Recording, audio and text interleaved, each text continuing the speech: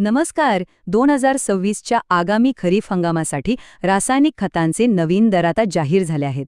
आणि बघा, खतांच्या या नव्या किमतींचा शेतीच्या बजेटवर आणि अचूक नियोजनावर थेट परिणाम होणार आहेत. आजच्या या विशेष विश्लेषणामध्ये आपण याच नवीन दरांचा आणि त्यामुळे शेतीच्या अर्थकारणावर होणाऱ्या परिणामांचा अगदी सविस्तर आणि तटस्थ आढावा घेणार आहोत. चला तर मग थेट सुरू करूया. आता सर्वात आधी ह्या आकड्याकडे बघा. 200 ते 500 रुपये.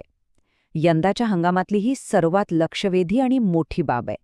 बहुतांश रासायनिक खतांच्या एका बॅगमागे थेट 200 ते 500 रुपयांची मोठी झेप यावर्षी पाहायला मिळते.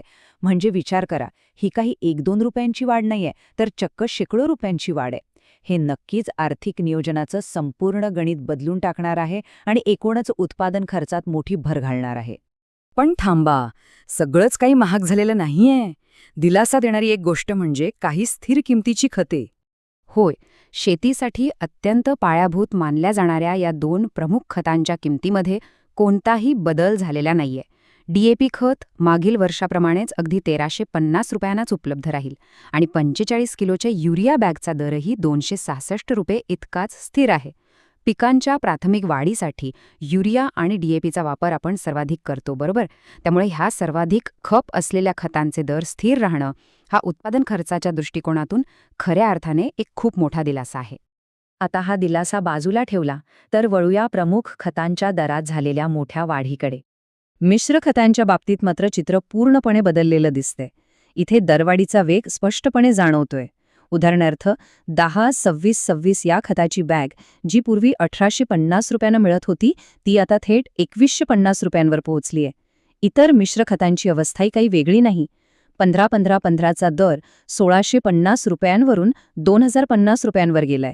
12-32-16ची किंमत 1610 वरून 2025 रुपये झालीय आणि 20-20-013 हे खत 1450 रुपयांवरून थेट 1800 रुपयांवर गेलंय. म्हणजे बघा, प्रत्येक बॅगमागे सरासरी 300 ते 400 रुपयांची ही वाढ आहे. नक्कीच यामुळे अर्थसंकल्पावरचा ताण अनेक पटींनी वाढणार आहे. पण या सगळ्यात सर्वाधिक धक्कादायक वाढ जर कोणती असेल तर ती 24-24-0 ह्या मिश्र खताच्या दरात दिसून येते. पूर्वी साधारण 1700 रुपयांना मिळणारी ही बॅग आता थेट 2200 रुपयांवर गेली आहे. प्रति बॅग तब्बल 500 रुपयांची ही ओढी आहे. विचार करा, जवळपास 30% ही एकाएकी झालेली वाढ आहे.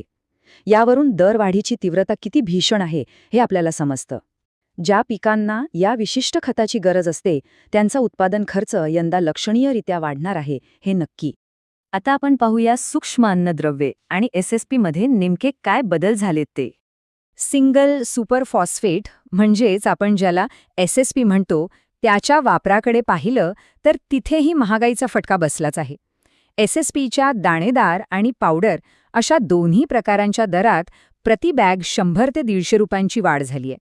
आता वरवर पाहता हा आकडा मिश्र खतांच्या तुलनेत थोडा लहान वाटत असेल, पण एकरी वापराचं प्रमाण लक्षात घ्या. शेतात आपण अनेक बॅगा वापरतो, त्यामुळे ही 100-150 रुपयांची वाढ अंतिम बिलामध्ये खूप मोठी तफावत निर्माण करते. आणि नुसतं मुख्य खत देऊन चालत नाही ना.